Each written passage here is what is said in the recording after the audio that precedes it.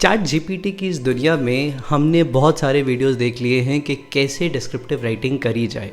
तो बस जाइए अपना प्रॉम्प्ट और उसको कमांड दीजिए और पता चल जाएगा कि ये चीज़ें आप लिख लीजिए। लेकिन आज का वीडियो इस बारे में है ही नहीं। अगर आप कुछ ढूंढ रहे हैं कि मैं खुद अपने आप से कैसे एक अच्छा ब्लॉग लिख सकता हूँ, मैं खुद अपने आप से कैसे एक अच्छा एस्से लिख सकता हूँ, मैं किसी एग्ज़ाम के लिए जा रहा हूँ और वहाँ पर मुझे एक टॉपिक दिया जाएगा तो मैं उसके बारे में कुछ अच्छा कंटेंट कैसे लिख सकता हूँ, ये वीडियो उस बारे में है। और ये काफ़ी लोगों की समस्या है। देखिए, घर पे बैठ के चैट जीपीटी से कुछ भी लिखना तो कोई भी कर सकता है, लेकिन अगर कोई एग्ज़ाम लिखने गए हैं, एक ऐसा कंटेंट जो मैं किसी टेस्ट में लिखने गया हूँ, वहाँ पर जब मैं बैठ के लिखूँ तो क्या मेरे लिए ये काम आ सकता है। तो आज हम इसी बारे में बात करेंगे कि कैसे एक कंटेंट को स्ट्रक्चर किया जाता है, कैसे उसे ऐसे लिखा जाए कि मैं मैक्सिमम मार्क्स स्कोर कर सकूं, कैसे उसे ऐसे लिखा जाए कि लोग उसे कुछ देर तक पढ़ लें और उसको याद रख सकें। तो चलिए शुरू करते हैं। मेरा नाम है Chetan Sharma. Don't forget to subscribe this channel, इससे हमें भी थोड़ा मोटिवेशन आ जाता है। तो आज हम बात करेंगे 3 स्टेप्स में कैसे और क्या करना चाहिए जब भी मैं किसी भी फॉर्म ऑफ डिस्क्रिप्टिव राइटिंग के लिए जाता हूँ। Is this clear? तो चलिए सबसे पहले देखते हैं स्टेप 1, अंडरस्टैंड द टॉपिक। जो भी आपका टॉपिक है उस टॉपिक को समझने की कोशिश करिए। अब ये टॉपिक समझना इतना ज़रूरी क्यों है?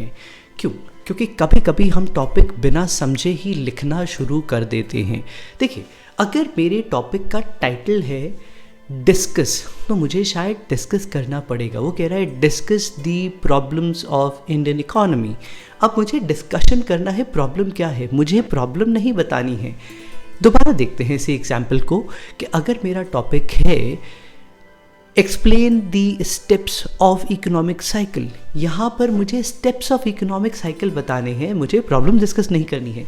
तो मेजर इशू और चैलेंज क्या है जब हम कुछ लिखने जाते हैं?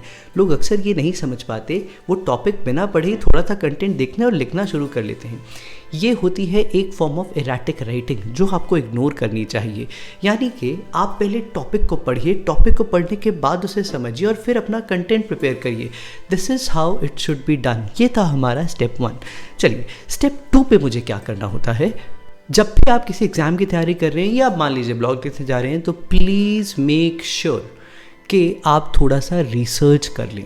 कुछ ऐसे टॉपिक्स जिनका जेनरिक नेचर होता है उसके बारे में कुछ चीज़ें पढ़ लीजिए।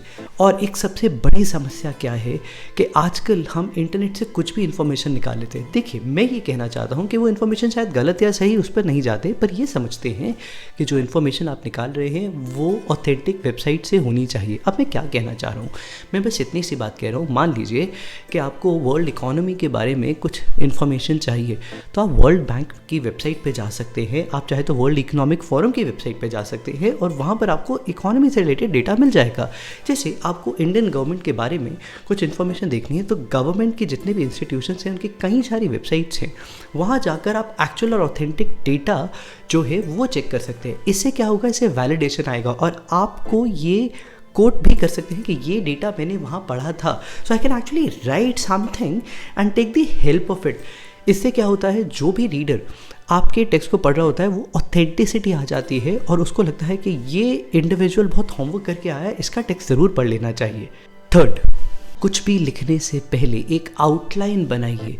रीडर को एक फ्रेमवर्क चाहिए होता है और वो फ्रेमवर्क सबसे इम्पॉर्टेंट चीज़ है।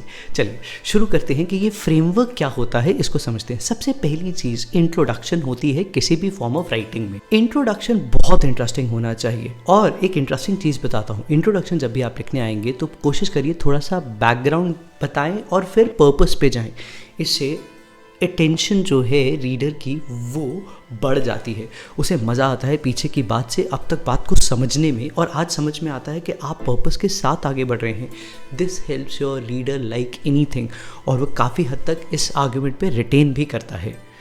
सेकेंड, स्टेप 2, जो बॉडी होता है जहाँ पर आप अपने कंटेंट को एक्सप्लेन करते हैं, वहाँ पर कोशिश करिए कि आप ओपिनियन कम और वैलिडेशन ज़्यादा कराएं, जो कि यूजुअली फैक्ट से हो सकता है।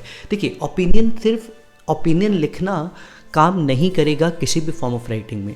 ओपिनियन को अगर आप किसी चीज़ से बैक कर देते हैं तो वैलिडेशन आ जाता है, जिससे रीडर को बहुत अच्छा लगता है ये बात समझने में कि अच्छा ठीक है, इसका रीजनिंग है, और वो रीजनिंग उसको समझा देता है कि ठीक है, अगर मैं इसको कोट करूँगा तो ये बात कहीं ना कहीं वैलिडेट हो जाएगी।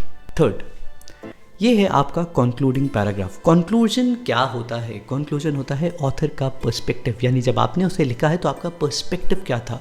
एक्चुअली जो ओपिनियन, जो टोन है वो यहाँ होनी चाहिए। मैं लास्ट में आपको एक टिप दूंगा जो आपको हेल्प करेगा कि कैसे मैं ऐसा कुछ करूं कि लोग मेरा टेक्स्ट पूरे तरीके से पढ़ लें और वो जो है सबसे इंटरेस्टिंग हो जाए।